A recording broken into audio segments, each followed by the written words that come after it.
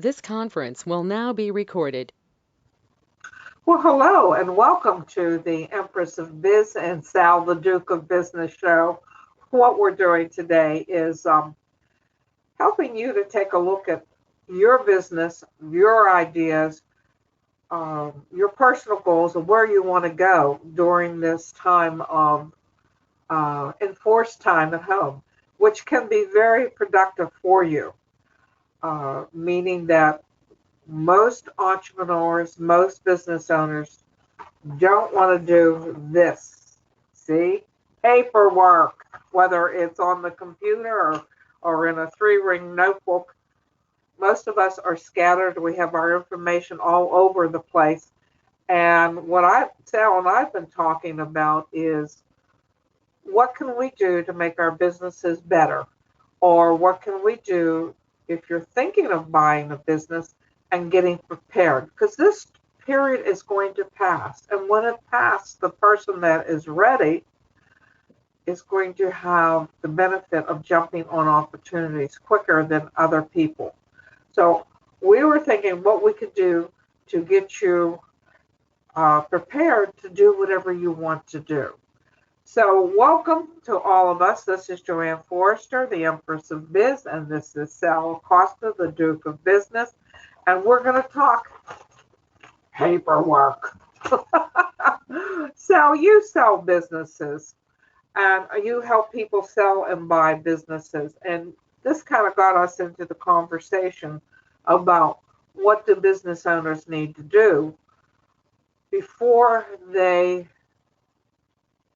put their business on market. And you said something to me that a business never sells overnight. Is that correct?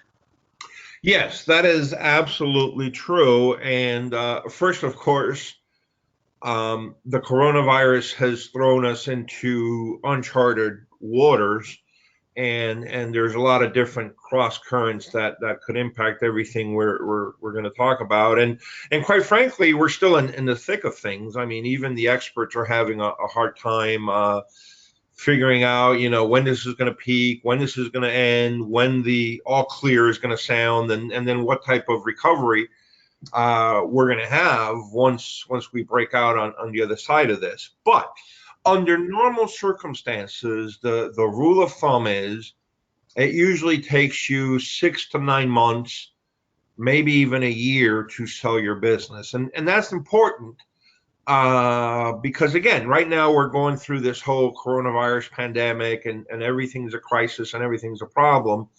But recognize that, listing to close, it's a 6 to 9 months process. So you're going to be doing most of this work, hopefully, after this coronavirus pandemic is over. One of the things that I tell people, and I'm usually on the other end, I'm helping people start their own businesses, analyze are they in the situation that they can do it? Are they prepared financially and emotionally to go into business? And I tell them, you don't start. You get this bright idea on Sunday, you don't open Wednesday. It takes you, as you say, 6 months to a year to prepare to go into business. Even if you're going to purchase a business, by the time that you take a look at your finances and by the time that you get everybody on board, by the time you find a location, by the time you make decisions that impact your business, how you're going to bring customers in, how you're going to manufacture your product or service, whatever is involved in running that business, opening that door, that takes 6 months, a year, maybe even more, especially if there's going to be a lot of money involved. Or you're going to start out small and then build up. You're going to test it. And if you've never been an entrepreneur and you've been a corporate guy, you're going to be, or gal, you're going to be surprised, right? You were in corporations, right? Absolutely. And depending on the type of business that you're opening, um, sometimes there's things that take a lot longer than you would expect. And I'll throw out a couple of examples. But part of what makes it hard is you don't know what item is the one that's going to be real slow for you. But for example, sometimes getting the permits is a real slow process. Sometimes finding the right location is a real, the showstopper. I mean, without again going into the specifics of clients, I had one that called me the other day that wasn't a client, was considering being a client. And because of the type of location that she needed with the specific characteristics, she had been looking for a location for over a year. Just that one step, finding the right location. And again, that's critical. I mean, location is critical.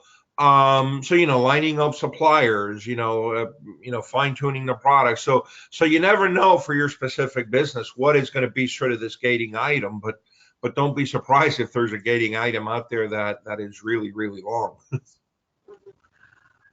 Did you come from a family of entrepreneurs? No, I did not actually. My father was a lawyer, and my mother was a teacher. So, both very, let's call it conservative, traditional professions. Um, I, for whatever reason, always had the entrepreneurial bug, even though, again, I've worked my corporate jobs and did the academic thing with the engineering degree and the MBA. But I always found entrepreneurship to be exciting and quite honestly, an opportunity to make, if you do it right, to make a lot more money than an engineer or an MBA or even a lawyer. Certainly, unfortunately, a teacher. Nothing. Don't want to be too negative about that, but entrepreneurs, if they know what they're doing, can and leverage, an organization that they've created, can make a lot more money than a lot of other people. One of the reasons I ask that question is when I'm talking to people about why they want to go into business. I ask them, do you expect to make a lot of money? Do you expect just to have your independence? What do you want of going into this business? Because it is a risk. So that is one of the questions that I have, that when I first start working with people, even if they are in business and they plan to expand, I ask them, what kind of money do you want to make out of this? It's just not expanding for the expansion reason, but it's taking a look at what money you want to make. You're investing $100,000 in expansion. You want to make some money out of that, and that is another. That's part of my process with my clients, of getting them to identify their personal goals. Now, if people are purchasing a business, what do you find their goals are? Well, a lot of times the goal is what we call to buy themselves a job. Okay, they're not thinking of being the next, Mark Zuckerberg or Bill Gates or Warren Buffett or anything like that. Um, a lot of times they're looking for an income somewhere in the neighborhood of even as low as 30,000 to 100,000, and they're looking again to buy themselves a job. This could be either uh, because, to your point, it's not an income thing. They're just fed up with the corporate culture, the having a boss breathing down your neck all the time. So they're willing to have a similar income and a similar lifestyle. They're just looking for more flexibility and to be able to call their own shots. So I would say that most of the time, and then of course again that goes hand in hand with the flexibility of being able to manage your own time, your own priorities, and things like that. Those kind of go a little bit hand in hand. I It is rare, and maybe it's because people realize that it's not that easy. The guy that says, "Well, I just want to become a millionaire, super millionaire." That quite honestly, at least from what I see, is rare, and thank God, because the probabilities are against that. Right, right. I do have, and I've been in business since I was a pup, so to speak, but we've been in business over 35 years. And I have, when I think of that, I have a lot of clients in that range, and I have a few what I call 5% of all the clients that we've had over the years that want to be super rich and are willing to take the risk of doing it. I have one client who went from under 6 trucks to 50 reefers in 3 years. That's a lot of, she went from, under $1 million to multi-million dollars. And her goal is she wants to be rich, really rich, enough to buy a whole state, and she may get there. But Well, you know what? And I want to go back to something that you asked me in a previous video too, because we were talking about, or you were asking me about the differences between what I call an entrepreneur, and let's say a small business owner. And I think maybe another one of those distinctions is the small business owner is looking for that salary replacement somewhere in that 30,000 to 100,000, maybe even up to $250,000. But again, they're looking for that job and salary replacement. Whereas an entrepreneur, a lot of times they're driven by solving a problem that maybe they experienced firsthand and they got very frustrated and their wheels got turning. Okay, why does it have to be this way? Is there a better solution? How can they fix this for society as a whole? And to be quite honest, they're not as focused in neither becoming rich nor salary replacement. I mean, to them, the money is not the motivator. If it happens, great. The motivator is to fix this problem that they're very frustrated with. Now, of course, if they're good and they're lucky and they fix it correctly, they'll have a lot of money. But it's almost like then it almost becomes like a way to keep score, but it's not the actual motivator. right, I'm thinking of one of my clients that the company went public and was sold, and they really hit the super money. But it came from wanting to fix a problem, not from coming wanting to be rich. They just ended up that the problem that they were fixing was something that everybody wanted fixed. And Exactly. that was an exciting ride.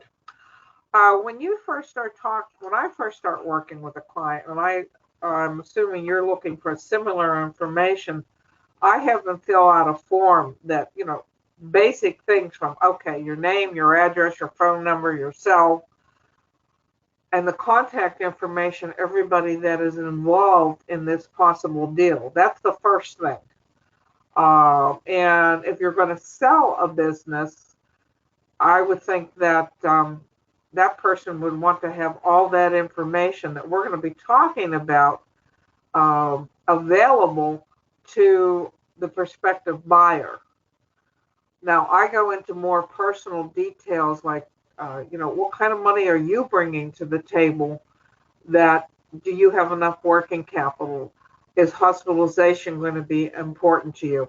Do you have enough life insurance to take this next risk? How does your family feel about it? Sometimes families are excited. A lot of times they're not because that means that all the fancy vacations and all the things that they used to get, they're not particularly going to get. Do you start that process on your end? Yeah, absolutely. And you're right. It's a little bit of a mirror image because a lot of times I represent the sellers. But what I do is instead of having them fill out a form, I have a questionnaire that I go through uh, and I do it as a questionnaire as opposed to a form for two things. One, of course, is it helps me not forget anything that's important that I want to know. But two is to your point, I like to have more of an interactive discussion.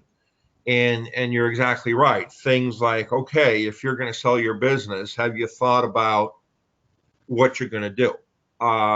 Because again, selling the business is a very big life transition, and I don't want to say it's traumatic, but sometimes it is. So you need to have some plan for retirement. Sometimes it involves even relocation, things like that. But I like to at least get the idea that they've thought through what this lifestyle looks like once they sell the business.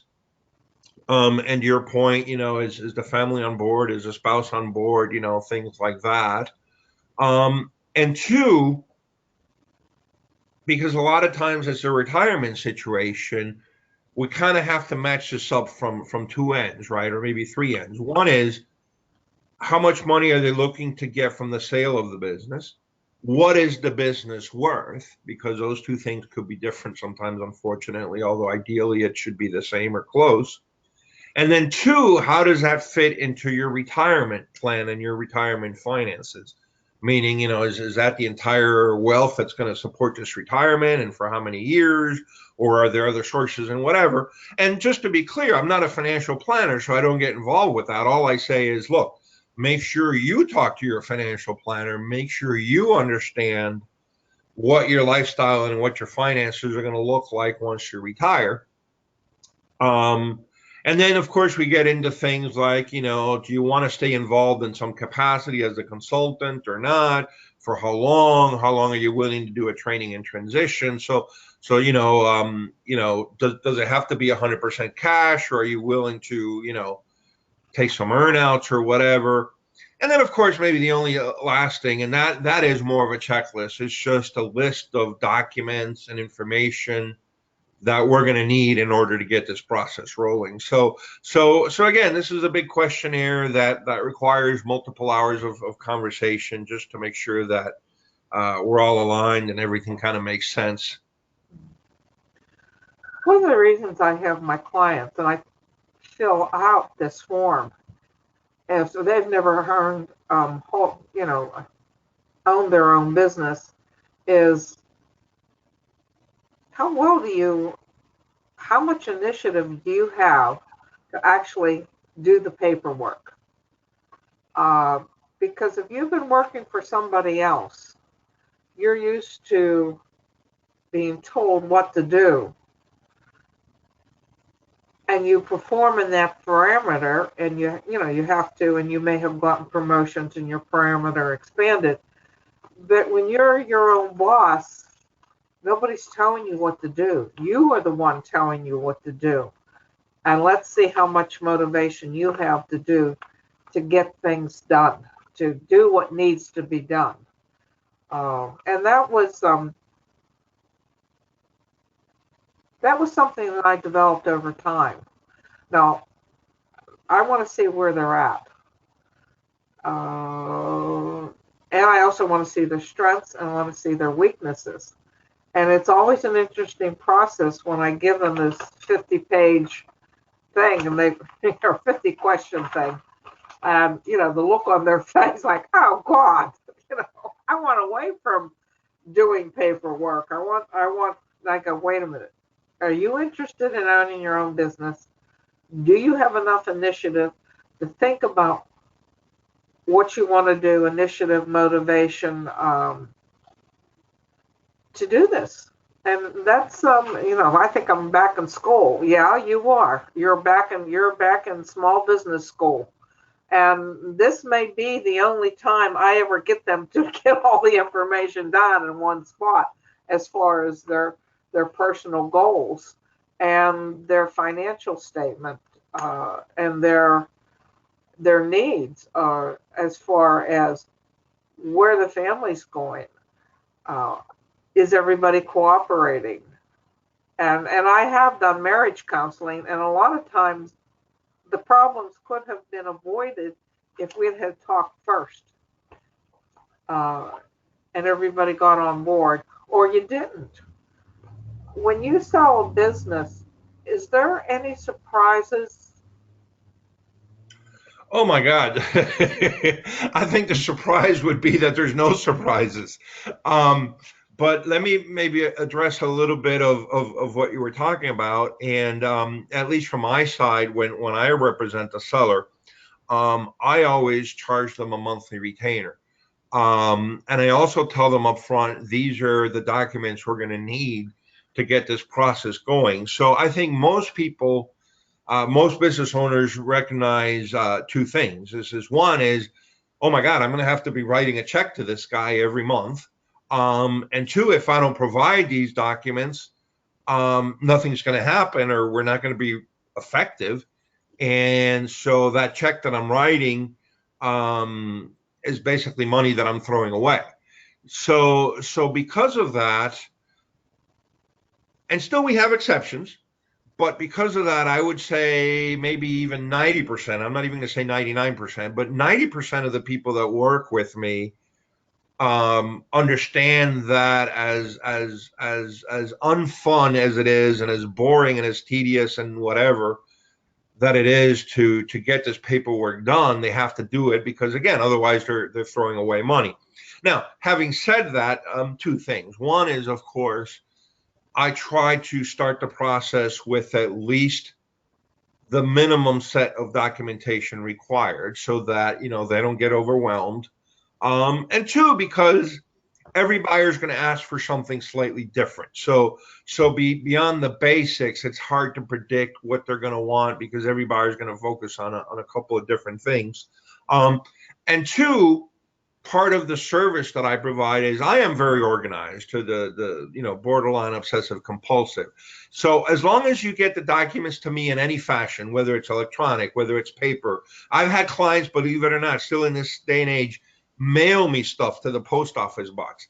As long as you get the information to me, I will scan it, I will put it online, I will organize it in the right buckets, I'll make sure that everything we need is there. So I will do that role for you, as long as you just provide the documentation. Mhm.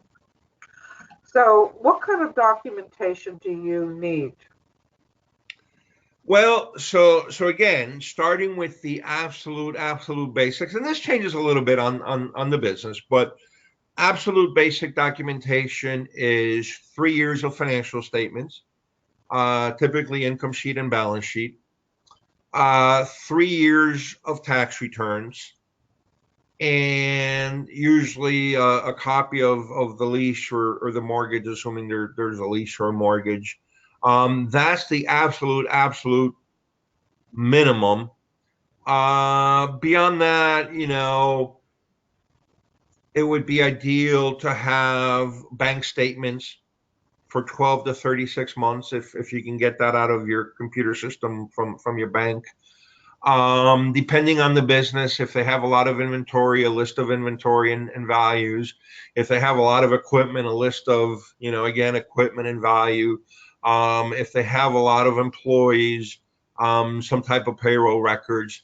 But again, those are secondary. At least if you have your financial statements, if you have your tax returns, if you have your lease or mortgage, you can at least start to interface and have conversations with potential buyers, and then they'll come back with more information, and then you dig it up and you provide it to them. The one thing, maybe let me say this, the one thing that you have to be very careful with is, once you have a legitimate buyer on the table, and once you start those conversations and those negotiations, you don't want to slow down. You don't want to put bumps in the road. So I always advise to say, okay, listen, if you don't have all the information, that's fine, but make sure that if the buyer asks for it, you can get it in a timely manner.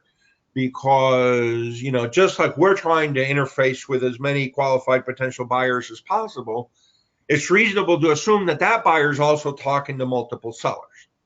So you don't want to let the buyer go focus on a different seller because you couldn't provide the information on time, or just simply lose interest because of the passage of time. So if you don't have the information, that's fine, but make sure it's accessible in a timely manner. Right. And, when I'm preparing someone to go to the, to be the purchaser of the business, and they have to go to the bank, a lot of times they go to the bank so ill prepared that, the banker just puts them in the corner because they're not ready. So I say, a lot, you need to go to the bank with all your information as much as possible. And one of the things that I do is make sure that when we're going to the bank, we have a banker who's willing to listen. Two, we have a banker that likes small business. And three, actually likes my client. It's kind of like you're a matchmaker, uh, and they like clients who are prepared. They don't like clients who, well, I don't know my net worth. I don't have this. I don't have that. No, I just want to buy a business. I don't know what I want to do, and I'm not sure how much money I want to risk. So, my goal is to get people prepared to know what they're willing to risk and have them be respected by the banker or the financing source to make sure that we're ready for you, so that that can be a transaction that doesn't take 2 years. Yeah. Oh, no, absolutely. I mean, I think part of it is small business owners and entrepreneurs are have, let's say, a bias for action. They like to do things and they like to do things fast. And that's fine because that's how you can be a successful entrepreneur or a successful small business owner. And quite honestly, they see paperwork as a nuisance or something that doesn't add value. Um, and so part of my role is, if I can and if they allow me, is to maybe bridge those gaps and fill out those white areas. Because, by the way, I'll even take a step back and maybe provide 10 seconds of philosophy, right? Um, One of the things that a buyer is looking for, and you can confirm this or disagree, but they want to reduce their risk because they're putting money at risk. But the more they can reduce the risk, then the more comfortable they're going to feel with doing this deal. And even more importantly, the more they might be willing to pay.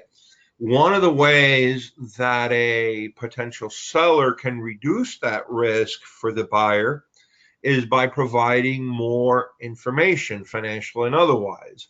So when I say, okay, 3 years of financial statements is the minimum, that is the minimum. But if you're organized or you have a CPA that's organized or whatever, and you can provide 7 years or 10 years or even 30 years from inception, I've never seen that, but let's go with that for a second.